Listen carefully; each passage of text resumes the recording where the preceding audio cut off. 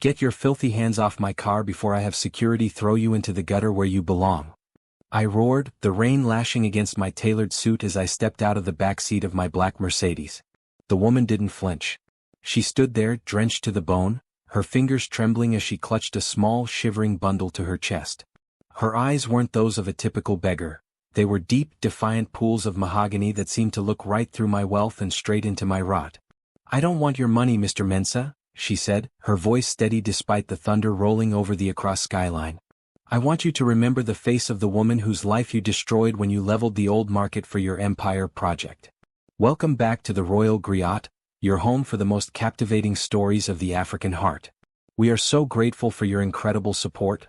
Our community is growing every day because of you. Before we dive into today's emotional journey, please drop a comment below and let us know where in the world you are watching from. We love hearing from our family in the US, Jamaica, and across the globe." The silence that followed her accusation was louder than the Accra traffic. My driver, Kofi, stepped forward to intervene, but I raised a hand. I was Kwesi Mensah. I had built a fortune that reached from the ports of Tema to the boardroom towers of Airport City. I didn't have time for the ghosts of the old market. "You're one of the squatters?" I spat, my voice cold. "I paid the compensation fees. If you wasted yours, that isn't my concern. Now move. My daughter is waiting for me." "Compensation?" She let out a hollow, bitter laugh that cut through the humid night air. "The middlemen took the crumbs and the bulldozers took our dignity. My daughter hasn't had a warm meal in 3 days because your fortune required a new parking lot."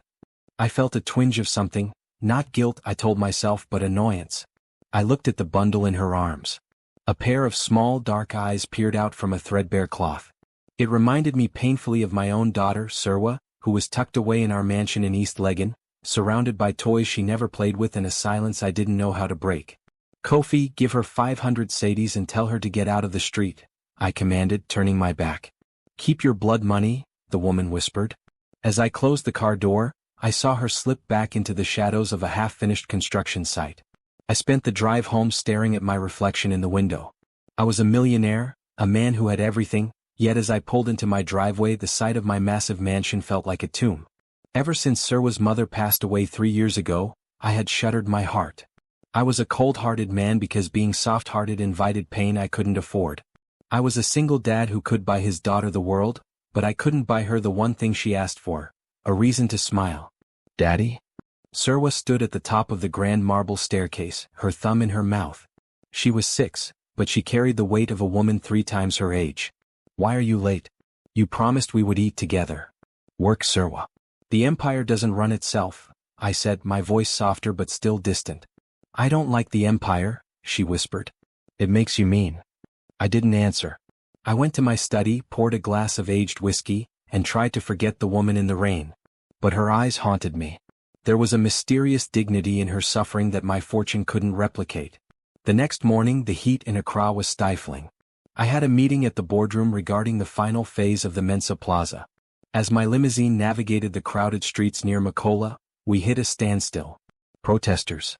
"Mr. Mensah, it's the displaced vendors again," Kofi said nervously. I looked out the window. And there she was. She wasn't protesting. She was sitting on a plastic crate under a dusty neem tree, cleaning a small area of the sidewalk. She had a small charcoal stove, and the scent of roasting plantain wafted through the air. She was working. Even with nothing, she refused to beg. Against my better judgment, I told Kofi to pull over. "Wait here," I said. I stepped onto the dusty pavement, my polished shoes out of place in the red Accra dirt. As I approached, I saw her daughter playing with a doll made of folded rags. The girl looked up and smiled, a genuine toothy grin that hit me like a physical blow. Serwa hadn't smiled like that in years. The woman looked up. The defiance was still there, but her face was pale, her hand pressing against her stomach. "Back to finish the job, Mr. Mensah?" she asked, her voice weak. "I wanted to see if you were still blocking my interests," I lied. Suddenly her eyes rolled back. She swayed, then collapsed onto the dirt, the small charcoal stove tipping over. "Mama," the little girl screamed. I didn't care about my suit or the cameras that might be watching. I reached down and caught her before her head hit the curb. She was burning up with fever, her body thin and fragile. "Kofi, help me," I shouted. I lifted the mysterious stranger into my arms.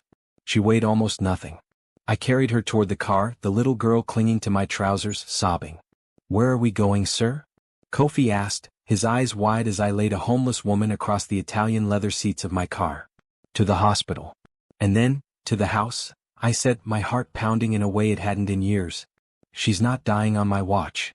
As we sped toward the clinic, I looked at the little girl sitting on the floor of the car, clutching her rag doll. She looked at me with a mix of terror and hope. "Is my mommy going to heaven like my grandma?" she asked. "No," I said, and for the first time, I felt a crack in my cold-hearted exterior. "She's going to my house. It's a new beginning." But as I looked at the woman's pale face, I realized I didn't even know her name. And more importantly, I didn't know that my enemies were watching, ready to use my sudden charity to tear my empire apart. As we reached the private wing of the hospital, my phone buzzed. It was a message from my head of security. "Sir, the board has seen the photos of you with the squatter. They're calling an emergency meeting. They think you've lost your mind." I looked at the woman being wheeled away on a stretcher and then at her daughter. I knew I was risking everything, my fortune, my reputation, and my daughter's stability. But for the first time in years I felt alive. I reached out and took the little girl's hand. "What is your name, little one?" "F," she whispered. "And my mommy is ESI." "Well, F," I said, "let's go get your mommy back." I didn't know then that ESI wasn't just a victim of my project. She was the key to a secret that reached back into my own father's past. A secret that would either be our healing or our final destruction. As I turned to leave the hospital, I saw a black car with tinted windows idling across the street. It had been following us since we left the office. Someone didn't want ESI to wake up. Someone wanted her to stay silent forever. I realized then that this wasn't just a chance encounter. This was destiny. "Who do you think you are, Kwesi? A savior? A prophet? You are the CEO of Mensah Holdings, not a Red Cross volunteer." The voice of Uncle Kojo, my father's youngest brother and the most ambitious member of the board, thundered across the boardroom. He slammed a tablet onto the mahogany table, the screen displaying a grainy high-resolution photo of me. There I was, the Ice King of Accra, cradling a homeless woman in my arms like she was made of gold, my $5,000 suit stained with the red dust of the street. "I am a man who wouldn't watch a human being die in front of him," I said, my voice dangerously low. I sat at the head of the table, my hands steepled. I hadn't slept. I had spent the night at the hospital, ensuring ESI was stabilized before bringing her and little F back to my mansion under the care of a private nurse. "The shareholders don't care about your humanity, Kwesi." Kojo leaned in, his eyes gleaming with a predatory light. "The Empire project is at a delicate stage. We are clearing those slums to build the future of Accra.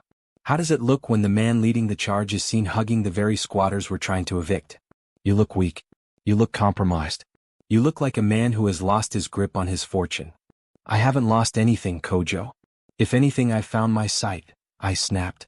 "The compensation funds for the old market were mismanaged. I want a full audit of the disbursement.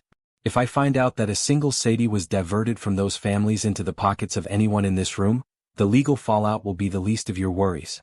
The room went cold. The other board members, men I had known my entire life, shifted uncomfortably. They weren't used to this Kwesi. They were used to the cold-hearted shark who cared only for the bottom line. "You're making a mistake," Kojo whispered as the meeting adjourned. "Mixing your private life with these people.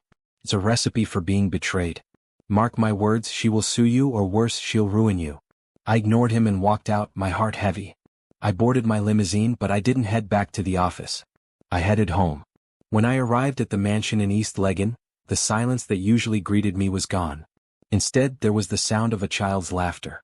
I followed the sound to the garden.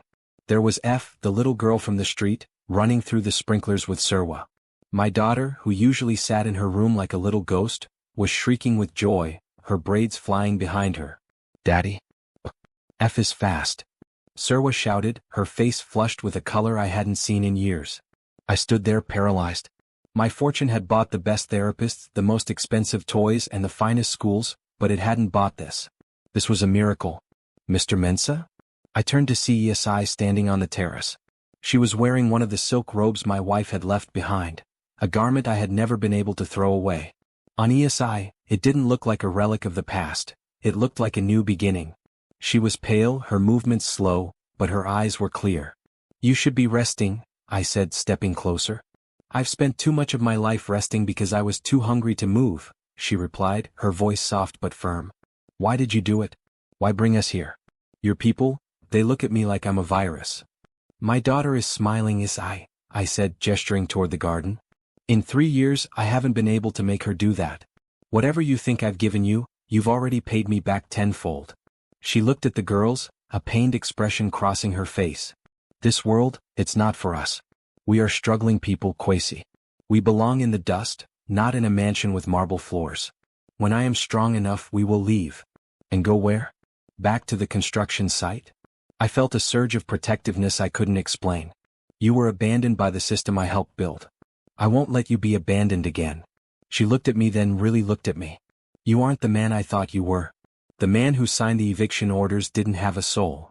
Maybe he didn't, I admitted. Maybe he was just a mysterious stranger to himself. The next few days were a blur of high-stakes tension. At the office, Kojo was plotting a coup. He was leaking stories to the press. Headlines like "The Billionaire and the Beggar. Is Kwesi Mensah fit to lead?" were plastered across the tabloids. My stock prices began to flicker. But at home something else was happening. A healing. Yesai began to help in the kitchen, despite the protests of my chef. She made a spicy groundnut soup that filled the house with an aroma of home and nostalgia. She told stories to the girls about the old Accra, about the markets where her grandmother sold beads, and about the resilience of the Ghanaian spirit. One evening I found her in the library, staring at a portrait of my late wife, Amma. She was beautiful, Yesai said quietly. She was the heart of this house, I replied, standing beside her. When she died, the heart stopped beating. I thought if I built enough towers and made enough billions, I wouldn't have to feel the emptiness. Grief is a heavy burden to carry alone, she said, reaching out a hand, then hesitating. I took her hand. Her skin was rough from hard work, a stark contrast to my soft, manicured palms. I think I've been waiting for a second chance at being human. The moment was shattered by the sound of glass breaking in the foyer. I rushed out to find my security team tackling a man in a delivery uniform. A heavy brick had been thrown through the glass pane of the front door. Attached to it was a note. Keep the trash out of East Legon, or we'll burn the whole house down with the squatters inside. Daddy! Serwa cried, running to me. F was right behind her, her eyes wide with terror. Kofi, get them to the safe room. I barked. I looked at Esai. She wasn't crying. She looked like she had expected this. This is what I told you, Kwesi. Your world doesn't want us. And your enemies will use us to destroy you. Let them try, I growled. I've spent my life protecting my empire. Now I'm going to protect my family. But the threat was deeper than a brick. The next morning my CFO called me in a panic. Kwesi, the bank has frozen our credit lines for the Plaza project. They're citing reputational risk.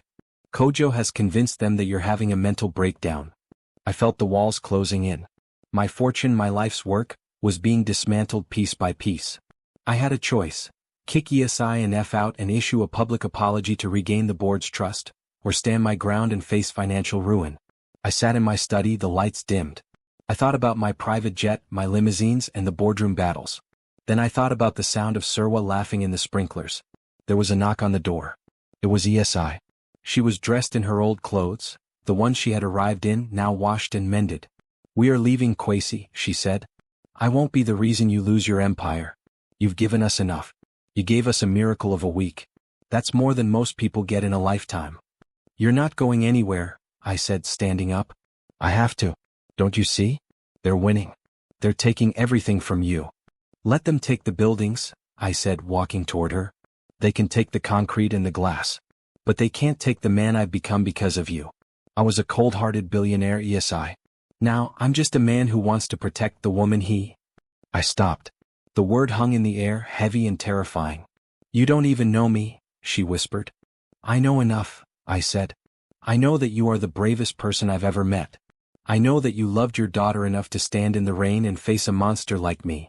Suddenly, my security alarm blared. Sir. Behind the house. Kofi's voice crackled over the intercom. I ran to the window. The dry brush at the edge of my property was on fire. The flames were licking at the guest wing, the wing where ESI and F were staying. F. ESI screamed. The little girl had been napping in the guest room. We ran through the house, the smell of smoke beginning to fill the air. The fire was spreading fast, fueled by the harmattan winds. The door is jammed. I yelled, throwing my shoulder against the guest room door. The heat was becoming unbearable. Answer me.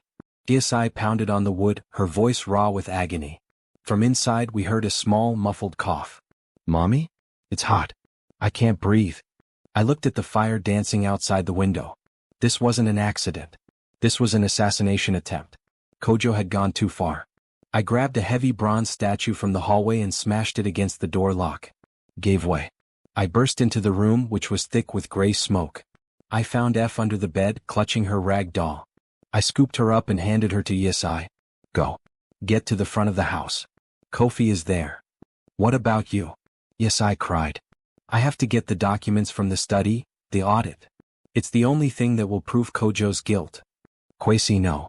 It's just paper. It's justice. I shouted. Go.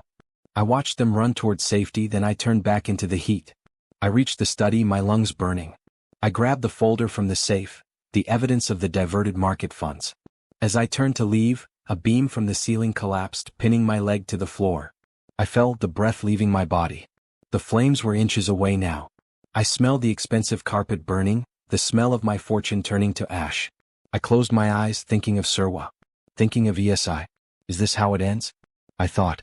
In the middle of the empire I built, destroyed by the greed I fostered? Suddenly I felt hands on my shoulders. Not the strong hands of my security guards, but smaller, determined hands. I told you, Isai's voice hissed through the smoke. I don't leave my people behind. She was using a heavy iron fireplace poker to lever the beam off my leg. Her face was covered in soot, her eyes streaming with tears, but she didn't stop. With a final, agonizing grunt, the beam shifted. She pulled me up, my arm draped over her shoulder. Together, we stumbled through the inferno, the billionaire and the homeless woman, bound together by a destiny neither of us had asked for. We collapsed onto the front lawn just as the fire trucks roared up the driveway. The guest wing was a skeleton of fire, but we were alive. I looked up to see Uncle Kojo standing by the gate, his face a mask of faux horror, surrounded by news cameras. Kwesi. Thank God you're safe, he shouted, stepping forward for the cameras. This is a tragedy. These squatters you brought in, they must have been careless with a stove. This is why we can't have them in our neighborhoods. The cameras swiveled toward me. I was covered in soot, my leg bleeding, clutching Isai's hand. I looked at the folder in my hand, the one Isai had helped me save. You're right, Kojo, I said, my voice carrying over the crackle of the flames. It is a tragedy. But the fire didn't start in the kitchen. It started in the boardroom. I held up the folder. And I have the proof. Kojo's face went pale. The reporters began to murmur, sensing a story far bigger than a house fire. But then Isai staggered.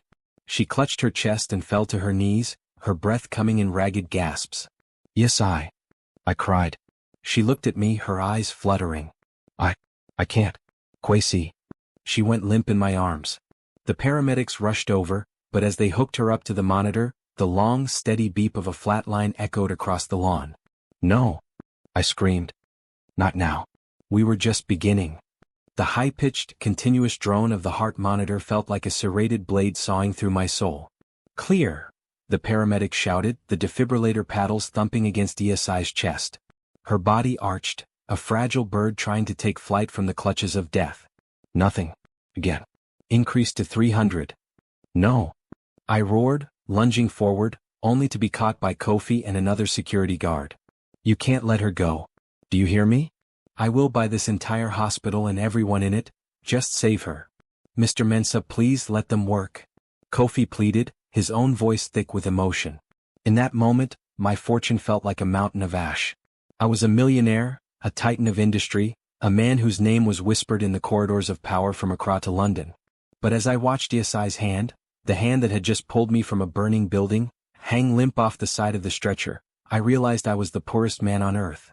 I had spent my life building an empire of concrete and glass, only to realize that the only thing worth holding was the heartbeat of a woman the world had labeled as nothing.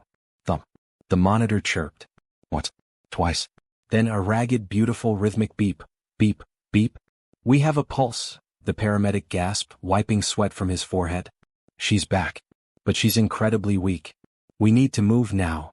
I stood on the lawn of my burning mansion, watching the ambulance speed away with its sirens wailing into the humid Accra night. I felt a small, cold hand slip into mine. I looked down. F was standing there, her face streaked with soot and tears, clutching her rag doll. On my other side, Serwa was holding onto my shirt, her eyes wide with a terror no 6-year-old should ever know.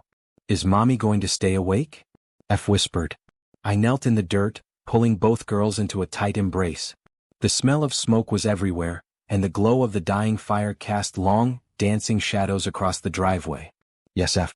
Your mommy is a fighter. She's the strongest woman I've ever known. Are we homeless now, Daddy? Serwa asked, looking at the charred remains of the guest wing. No, sweetheart, I said, my voice hardening as I caught sight of Uncle Kojo across the street, talking to a group of reporters. He looked disappointed. He was looking at his watch, probably calculating how long it would take to call an emergency boardroom session to strip me of my power while I was distracted by tragedy. We aren't homeless. We are just starting over. The next few days were the low in the rhythm of my life. A quiet, heavy period of waiting and reflection. I moved the girls and myself into a luxury suite at the Kempinski Hotel, but I spent nearly every waking hour in the intensive care unit at the hospital. The doctor told me ESI was in a medically induced coma.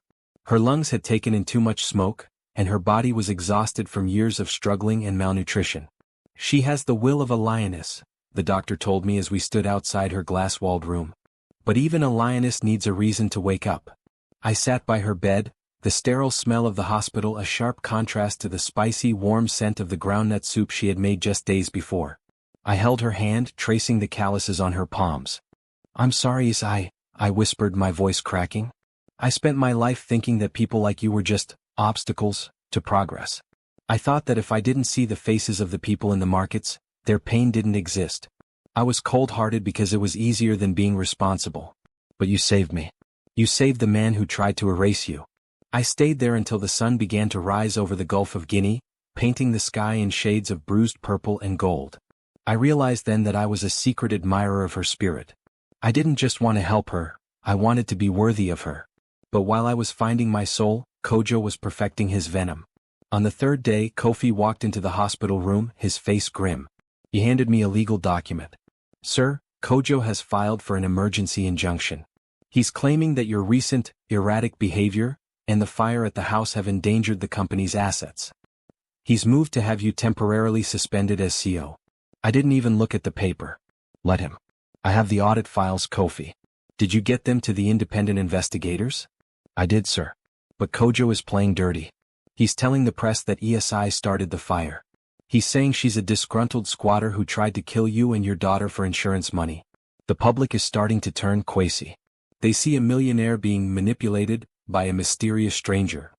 I looked at ESI's pale face, the ventilator mask covering her mouth. The injustice of it burned hotter than the fire. She had risked her life to save mine, and the man who had likely ordered the fire was now painting her as a villain. He wants a war? I said, standing up. He's got one. But we aren't going to fight it in the boardroom. We're going to fight it in the heart of Accra. I spent the next 48 hours working from the hospital lounge. I didn't call my lawyers first. I called the heads of the market women's associations. I called the local community leaders in the old market district. I used my fortune not to buy silence but to buy airtime. I sat for a live television interview, not as the CEO of Mensah Holdings but as a single dad. My name is Kwesi Mensah, I said, looking directly into the camera. For years I believed that my empire was built on vision. Today I realize it was built on the backs of people I chose not to see. A woman named ESI, a woman who had nothing because of my projects, ran into a burning building to save me and my daughter while the men I called partners stood outside and watched. If that is erratic behavior, then I pray I never become sane again. The response was a tidal wave. The women of the markets, the aunties, the mothers, the resilient souls who are the true backbone of Ghana, began to march. Not against me but for ESI. They stood outside the hospital with signs that read justice for ESI and the heart of the market. But Kojo had one more card to play. That evening, as I was bringing Serwa and F to the hospital to see ESI, we were blocked in the hallway by two men in suits and a woman from social services. Mr. Mensah, the woman said, her expression sympathetic but firm. We've received an anonymous report regarding the safety of the children in your care. Given the recent fire and the fact that F has no legal guardian currently fit to care for her, we are required to take her into state custody until a formal hearing can be held. No! F shrieked, ducking behind my legs. I want my mommy. I want Kwesi. You can't do this, I said, my blood boiling. She is safe here. She is with me. You are not her father, Mr. Mensah. And her mother is in a coma. Until she wakes up or a legal guardian is appointed, the child must come with us. I looked down at F's terrified face. This was Kojo's ultimate revenge. He knew that F was the only thing keeping ESI tethered to this world. If he took the child, he broke the mother. And if he broke them, he broke me. Wait, I said, my mind racing. There is a provision in the law for emergency kinship care, if a designated protector is named by the parent. Does such a document exist? The worker asked. It will, I said. I called my lead counsel. I need an adoption petition and an emergency guardianship filing. No. I am claiming F as my own. Kwesi, that's a massive legal commitment, my lawyer warned. It could take months and Kojo will fight you every step of the way. He'll say you're kidnapping her. I don't care. Do it. As the social workers waited, I sat on the floor of the hospital hallway with F and Surwa. We played a quiet game of store, using Surwa's hair ties as currency. For 2 hours, I ignored the calls from the boardroom, the pings from the stock market, and the sirens outside. I was just a father trying to keep his family together. Finally, the papers were signed and filed. The social workers left, but the warning was clear. I had 24 hours to prove that ESI's accident wasn't her fault, or the state would intervene again. I walked back into ESI's room, F and Surwa in tow. The nurses allowed the girls to sit on the edge of the bed. Mommy, wake up, F whispered, leaning over and kissing ESI's cheek. Kwesi bought me a new doll, but she doesn't have a name yet. You have to name her. Surwa reached out and took ESI's other hand. Please wake up, Auntie ESI. My daddy is lonely without you. He doesn't know how to cook the soup. I stood at the foot of the bed watching the two girls. This was the unity I had never known was possible. Two worlds, one of extreme wealth and one of extreme poverty, joined together by the simple, pure love of two children. Suddenly I saw ESI's fingers twitch. The heart monitor's rhythm changed, skipping a beat before steadying into a faster pace. Her eyelids fluttered. ESI. I stepped forward, my heart in my throat. She let out a long, shuddering breath. Her eyes opened, slowly, painfully. She looked at F, then at Surwa, and finally her gaze landed on me. She tried to speak, but her throat was too dry. I quickly poured a sip of water into a cup with a straw and held it to her lips. Where? She rasped. You're safe, I said. You're in the hospital. The girls are here. I'm here. She looked around the luxury private room, then back at me. A tear rolled down her cheek. The fire? I thought I lost her. You saved her, ESI. You saved everyone. She reached out, her hand trembling, and touched my face. You stayed. I'm never leaving, I promised. But the healing was interrupted by a loud commotion in the hallway.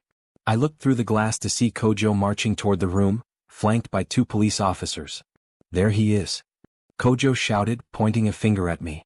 The man who is harboring a criminal. Officers, I have the fire marshal's preliminary report.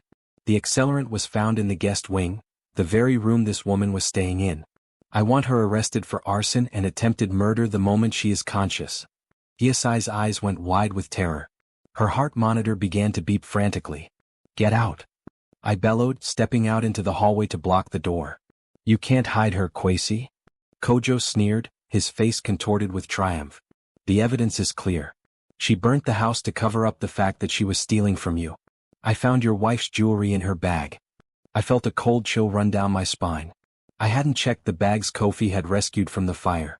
Kojo must have planted the jewelry. You planted it, I whispered. You burnt my house, you almost killed my daughter, and now you're framing a woman who can barely breathe. Prove it, Kojo challenged. Until then, she's going to a cell and you're going to a hearing to lose your empire. The police officers moved forward. Mr. Mensah, please step aside. We have a warrant for questioning. I looked back through the glass. ESI was shaking, her hand clutched by the 2 terrified girls. She looked at me with a look of pure, heartbreaking betrayal. She thought I had led them to her. She thought this was all a trap. I won't let them take you, I said, though I didn't know how I could stop them. Just as the officers reached for the door handle, Kofi came running down the hall, holding a small, charred black box. Sir. The security system, he panted. The cloud backup was damaged, but the hard drive in the hidden nursery camera, it survived. The fire didn't reach the casing.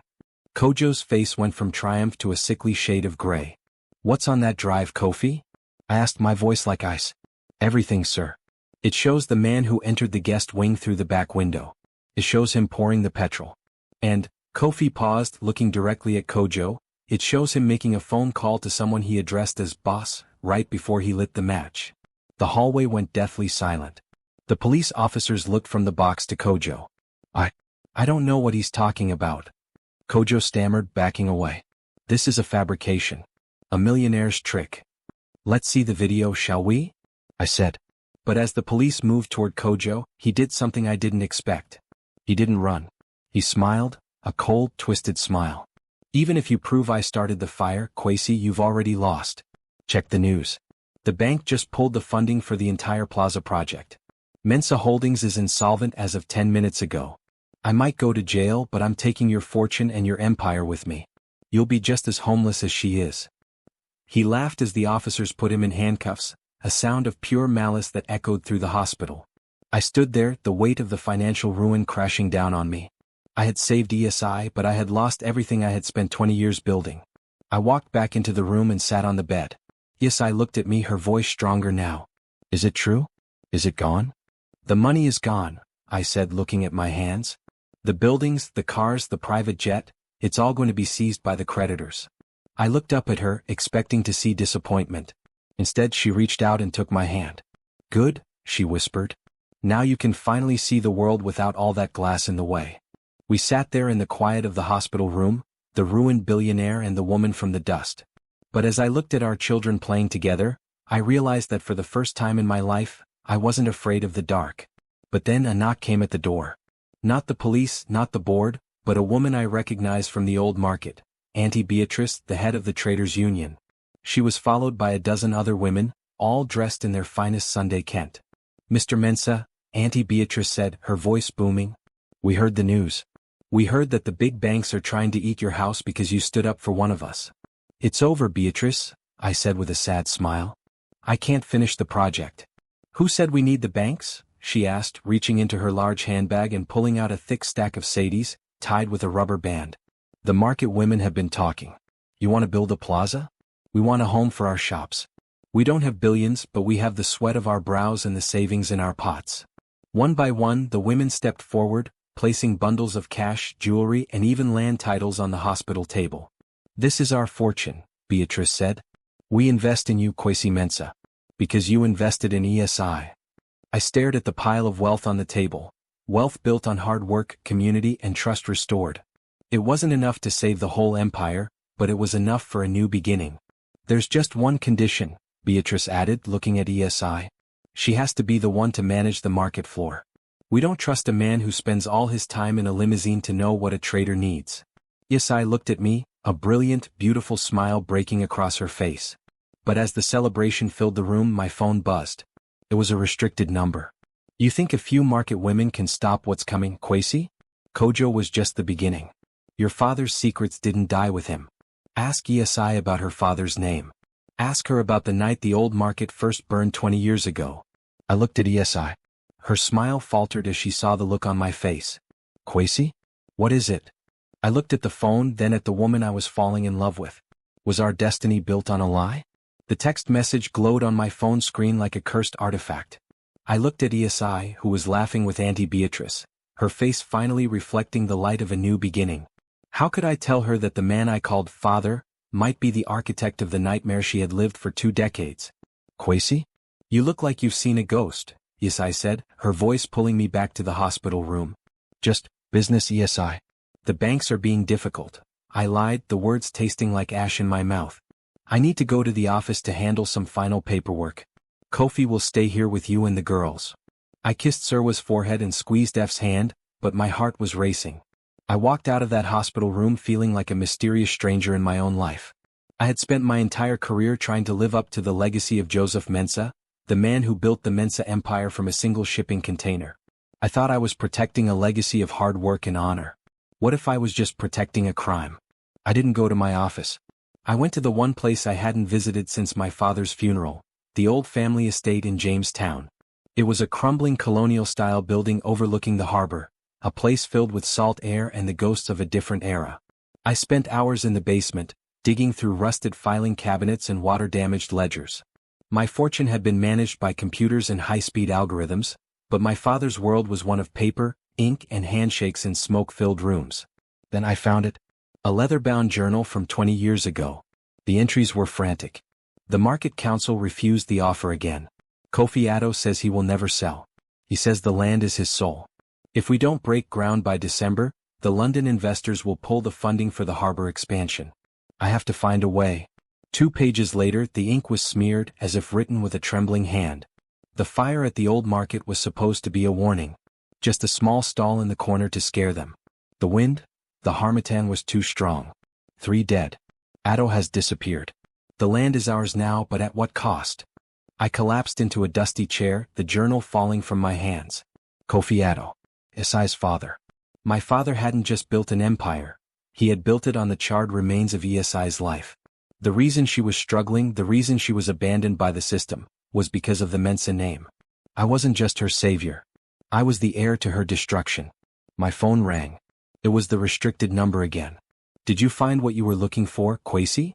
The voice was distorted, but there was a hint of familiarity, a rasp I couldn't quite place. Who are you? I growled. Someone who knows that forgiveness isn't something you can buy with a hospital room and a fancy soup. You think you love her? Tell her the truth. Tell her that the shoes you're wearing were bought with her father's blood. Let's see if your destiny survives that. The line went dead. I drove back toward the hospital, the across skyline blurring through my tears. I felt betrayed by my own blood. I had spent my life being cold-hearted to honor a man who was a criminal. When I entered the hospital room, Isai was sitting up, her color back, watching the sunset over the city. The girls were asleep on the small sofa, their hands intertwined. It was a picture of perfect unity. Kwesi, look, she said, pointing at the window. The lights of the city look different from here. They look like hope. I didn't speak. I walked over and sat on the edge of the bed. Isai, I have to tell you something. About the old market. About your father. She froze. The light in her eyes dimmed. My father? Why are you talking about him? He was Kwesi, wasn't he? She pulled her hand away from mine. How do you know that name? I haven't used it in years. After the fire, after he was accused of starting it to get the insurance money he didn't even have, he died of a broken heart. We were left with nothing. I became a ghost to survive. My father, Joseph Mensah, he wanted that land, I whispered, the words choking me. I found his journals, Isai. He didn't just want it.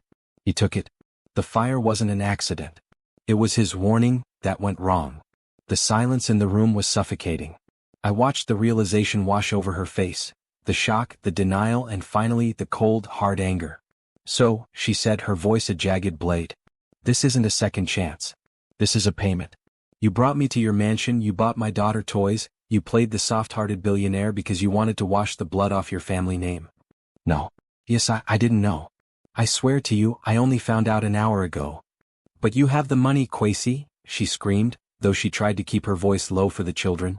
Every sadi in your bank account, every brick in your plaza, every drop of fuel in your private jet, it all belongs to the families who died in that fire. It belongs to me. She stood up, her legs shaky but her resolve ironclad. She began to grab her few belongings. Yes, please. I will make it right. I will give it all back. You can't give back 20 years of hunger, she spat. You can't give back the father I lost or the dignity you stripped from me. You are a Mensah. You are the enemy. She woke up. The little girl looked confused and frightened. Mommy? Is it time to go to the mansion? No, Isai said, her eyes fixed on me with a look of pure loathing. We're going back to where we belong. Away from the monsters. Isai, it's late. You're still weak. I tried to block the door, but she looked at me with such disgust that I flinched. Don't touch me, she whispered. I watched them walk down the hospital corridor, the woman I loved and the child I had hoped to call my own. I stood there, a millionaire in a suit, surrounded by the finest medical technology my fortune could buy, and I had never felt more abandoned. The next 48 hours were a descent into hell. With the news of the insolvency spreading, my creditors moved in like vultures. The limousines were repossessed. The private jet was grounded and put up for auction. Even the scorched mansion in East Legon was taped off by the banks. I was staying in a small, cramped apartment in OSU, a place I had bought years ago for a mistress I had long forgotten. It was a far cry from the luxury I was used to. But the financial loss didn't hurt. What hurt was the silence. No Surwa laughing in the garden. No ESI in the kitchen. Surwa sat in the corner of the small living room, clutching the rag doll F had left behind. Why did they leave, Daddy? Did I do something wrong? No, Surwa, I said, kneeling beside her. I did something wrong. A long time ago, before you were even born, our family took something that didn't belong to us. And now the universe is taking everything back. Will we be homeless like F was? I don't know, sweetheart. But I promise I will take care of you. I spent the night looking at the pile of cash the market women had given me. It sat on the coffee table, a symbol of trust restored that I no longer felt I deserved. How could I take their money to build a plaza when my name was synonymous with their suffering? I realized what I had to do. I called a press conference. I didn't hold it in a hotel or a boardroom. I held it in the middle of the ruins of the old market, standing on a pile of rubble and red dust. The cameras arrived, along with the market women and the curious onlookers. I saw Kojo's lawyers in the back, smiling, waiting for me to announce my final surrender. My name is Kwesi Mensah, I began, my voice amplified by a megaphone. And today I am here to confess. I told them everything. I told them about my father's journal. I told them about the fire 20 years ago. I told them that Mensah Holdings was built on a crime. I am liquidating every remaining asset of the Mensah estate, I announced. Not to pay the banks, not to save my shares, but to create the Addo Market Restitution Fund. Every sadi from the sale of my properties, my cars, and my father's holdings will go directly to the families of the victims of the first fire and to the vendors displaced by the new project. The crowd went silent. The reporters were scribbling frantically. I am resigning as CEO. I am handing over the land titles of the Plaza project to the Traders Union. It is your land. You build what you need. I will work as your consultant for 1 sadi a year, if you'll have me, to ensure the engineering is sound. But I am done being a king of an empire built on ashes. As I stepped down from the rubble, Auntie Beatrice walked up to me. She didn't offer a bundle of cash this time. She looked at me with eyes that had seen 70 years of Accra's history. You are a brave man, Kwesi, she said. Your father was a thief. But you are a man who has finally found his soul. But you have forgotten one thing. What's that? A soul is no good if it's lonely. I looked through the crowd, searching for a face I knew wasn't there. Yes, I wouldn't come. Why would she? I spent the rest of the day signing documents that stripped me of my wealth. By sunset, I was officially a man of modest means. I had enough in a personal savings account to keep Surwa in a good school and rent a small house, but the billionaire life was over. I felt a strange sense of healing. The weight of the empire was gone. I drove my old beat-up pickup truck, the only vehicle the bank hadn't seized, to the construction site where I had first met ESI. It was dark, the moon reflecting off the skeleton of the unfinished plaza. I saw a small light near the neem tree.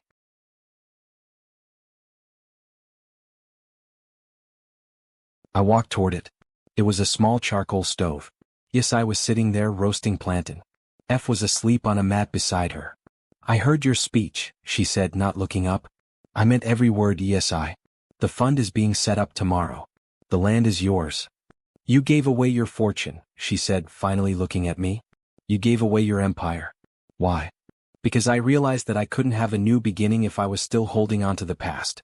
I'd rather be a man with nothing who can look you in the eye than a billionaire who has to hide his heart. She stood up, the glow of the charcoal fire illuminating the tears on her face. I spent 20 years hating your name, Kwesi. I used that hate to keep me warm when I was cold. I used it to keep me moving when I was hungry. When you told me the truth, I wanted to destroy you. I know, I said. But then I saw you on the news, standing in the dust. You looked just like my father did before they took his pride, honest. And I realized that if I keep hating you, the fire is still burning. And I'm tired of being burnt. I stepped closer, my heart pounding. Can you ever forgive me? Not for what I did, but for who I am. She looked at F, then back at me. I don't know if I can forget. But I think I can start a second chance. I reached out and took her hand. It was the same hand that had saved me from the fire. This time I wasn't the savior.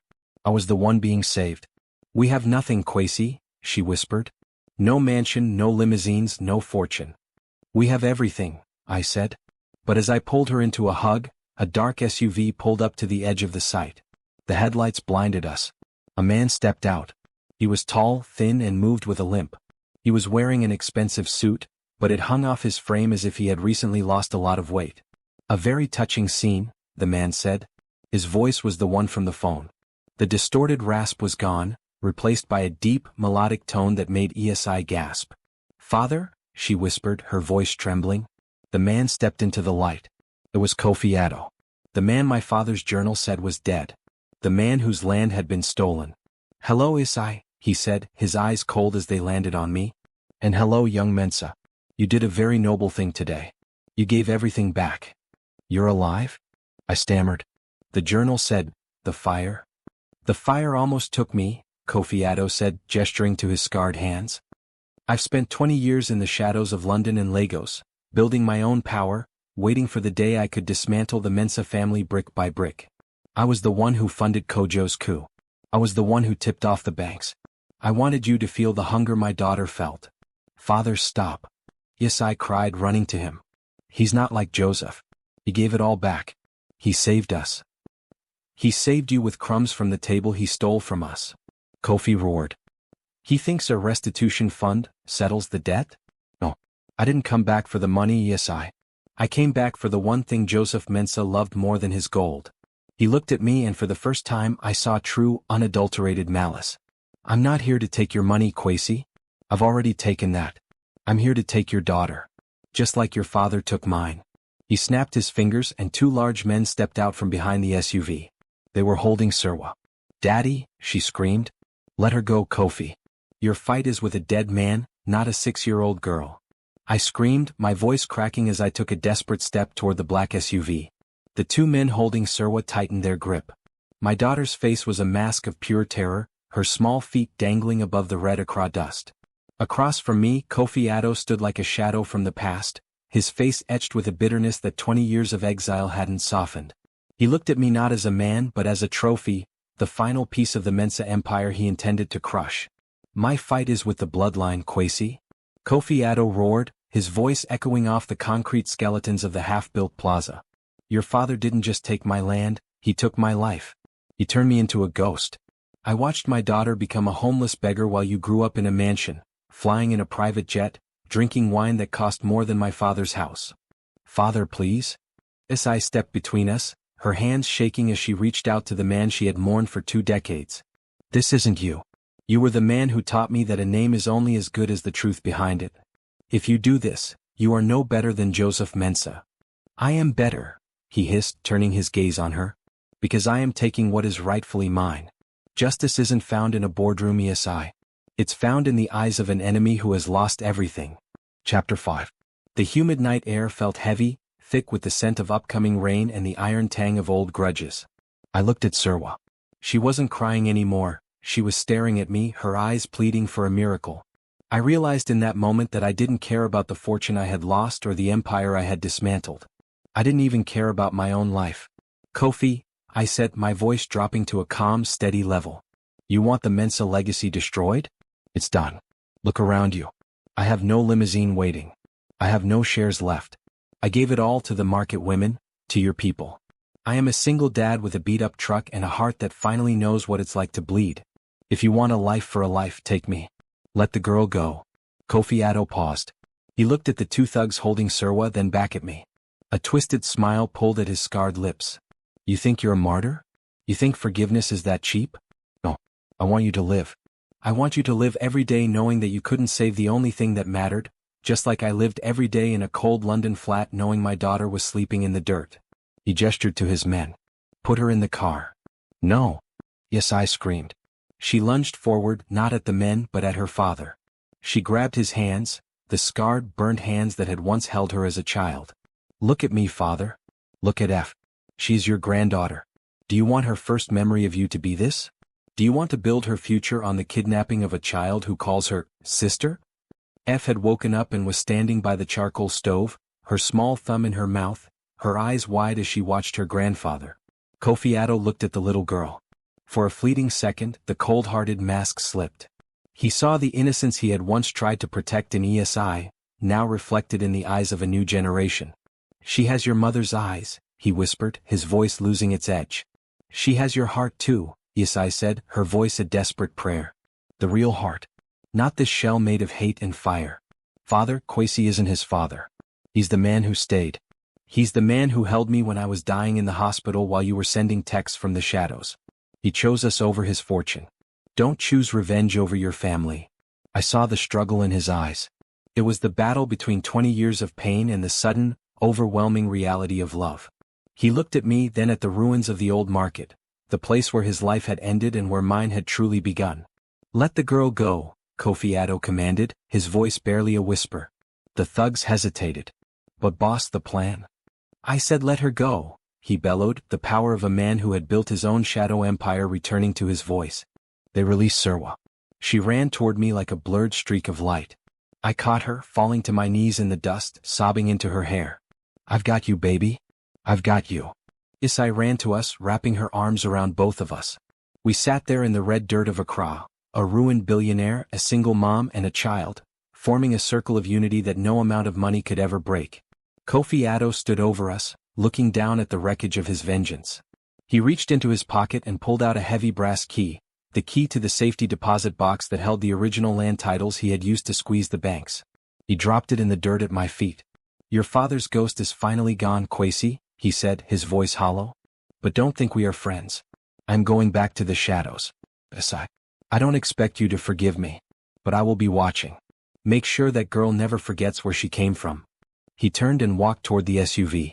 The engine roared to life, and within seconds the taillights disappeared into the Accra traffic, leaving us in the silence of the night. 1 year later. The sun was shining brightly over the new Kwesi Mensah Community Plaza. It wasn't the glass skyscraper I had originally planned. It was a beautiful, open-air structure with solar-paneled roofs, wide walkways for the traders, and a central courtyard filled with neem trees and benches. It was a place of healing. I stood on the balcony of the small management office, wearing a simple linen shirt. I wasn't the CEO of an empire anymore, I was the project consultant, and honestly I had never been busier. The delivery of the new refrigeration units for the fishmongers is here, Kwesi. Auntie Beatrice shouted from below, waving her cane at me. She was wearing a vibrant Kent cloth, her face glowing with pride. She was now the chairwoman of the Plaza Council. I'm coming, Auntie. I laughed. I felt a pair of arms wrap around my waist from behind. I didn't need to turn around to know the scent of shea butter and hibiscus. You're working too hard again, Isai whispered, leaning her head against my shoulder. She was dressed in a stunning modern African print, her hair braided elegantly. She was the director of operations for the market, and she ran the place with a mix of iron discipline and a soft-hearted touch that made everyone love her.